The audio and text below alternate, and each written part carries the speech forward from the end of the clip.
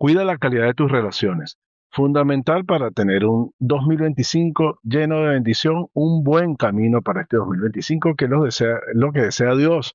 Como ya lo vemos o lo hemos visto en Tercera de Juan, verso 2. Amado, yo deseo que seas prosperado en todas las cosas y que tengas salud, así como prospera tu alma. Es decir, si tú cuidas tus relaciones, tienes relaciones sanas, vas a poder tener un muy buen año y sobre eso vamos a estar hablando, cómo cuidar tus relaciones, cuidando tus relaciones en este 2025, cómo sanar esas relaciones incluso. Así que bueno, bienvenido a esta nueva reflexión, a este espacio de amor, de expansión, pero sobre todo de trascendencia en nombre de la Iglesia de Cristo aquí en San Antonio de los Altos, Miranda, Venezuela.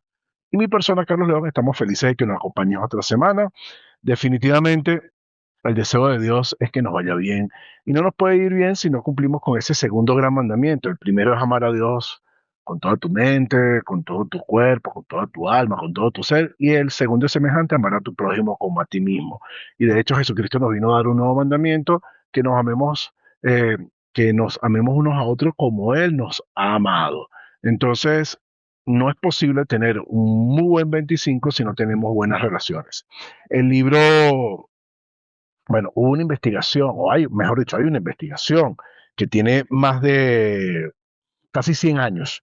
Esta investigación de la Universidad de Harvard, que se resume en el libro Una buena vida, ellos se encargaron de ver cuáles son los factores que influyen en la felicidad y bienestar de las personas por casi 100 años.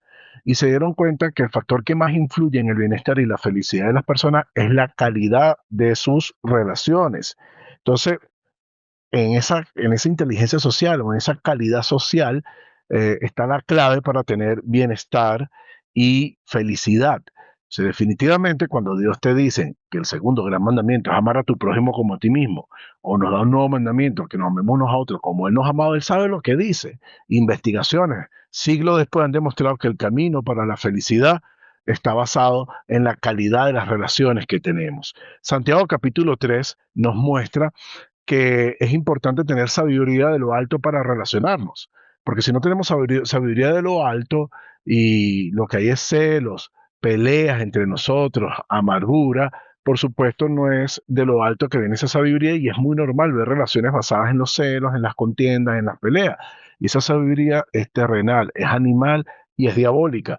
Y diabólica divide las relaciones, daña las relaciones, enferma las relaciones y abundan lamentablemente ese tipo de trato en nosotros los seres humanos, en los matrimonios, con los hijos y los padres, pelea, conflicto, contienda con los padres y los hijos, los hermanos. Entonces, el deseo de Dios es que aprendamos a elevar nuestras relaciones, que tengamos relaciones mucho más saludables, que cuidemos la calidad de las relaciones que tenemos, que sean de calidad, no que sean enfermizas, no que sean relaciones tóxicas, no que sean relaciones basadas en el conflicto, en la contienda. Y para ello nos deja algunas recomendaciones, por ejemplo, para elevar o para conectarnos con esa sabiduría de lo alto, por supuesto.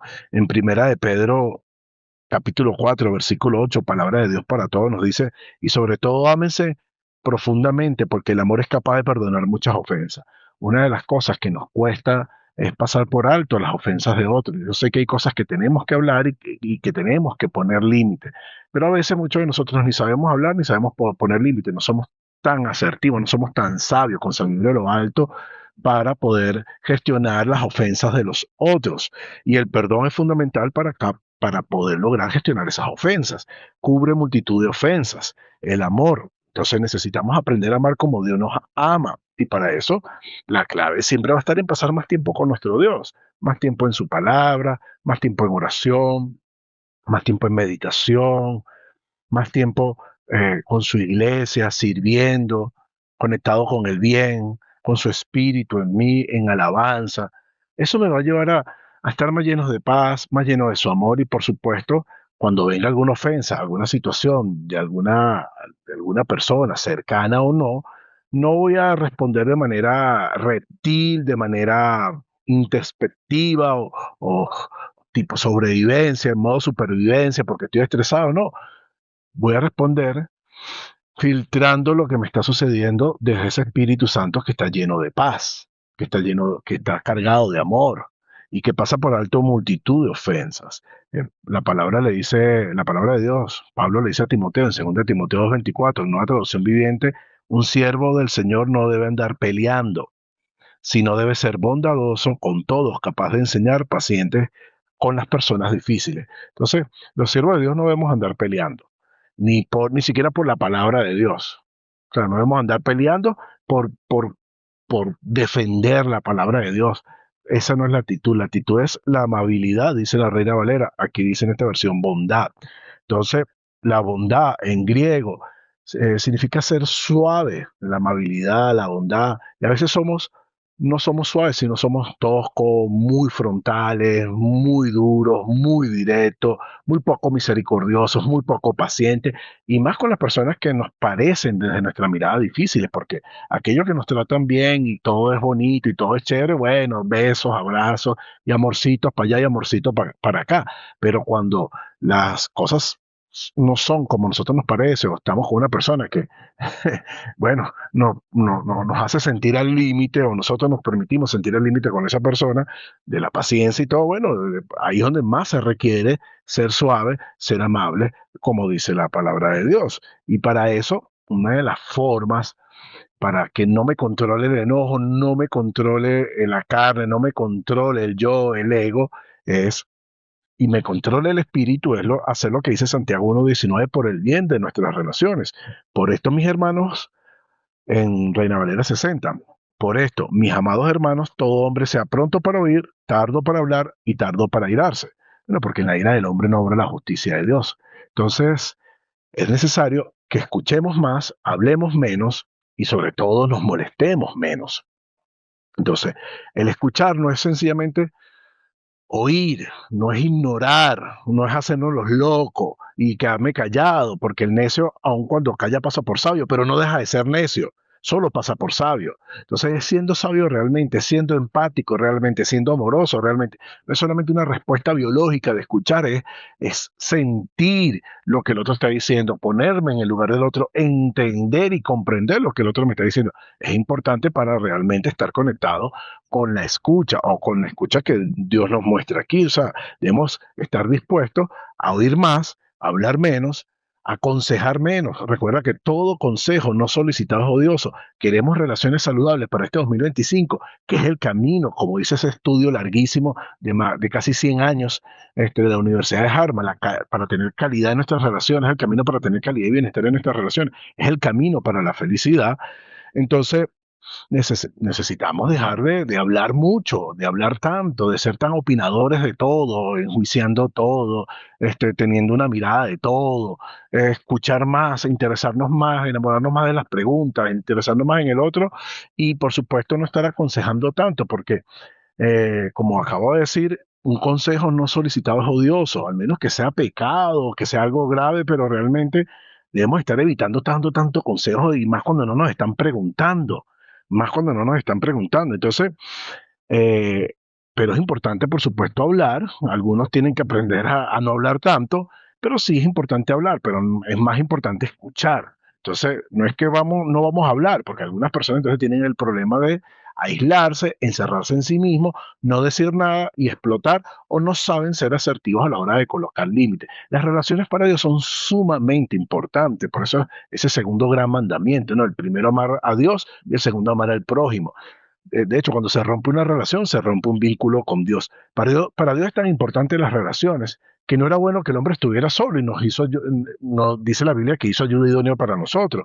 También vemos que el que haya esposa haya el bien, dice Proverbio, alcanza el favor de Jehová. Y herencia de Jehová son los hijos, es decir, el regalo que nos da Dios y la bendición de Dios es que podamos estar en conexión profunda con otro ser humano.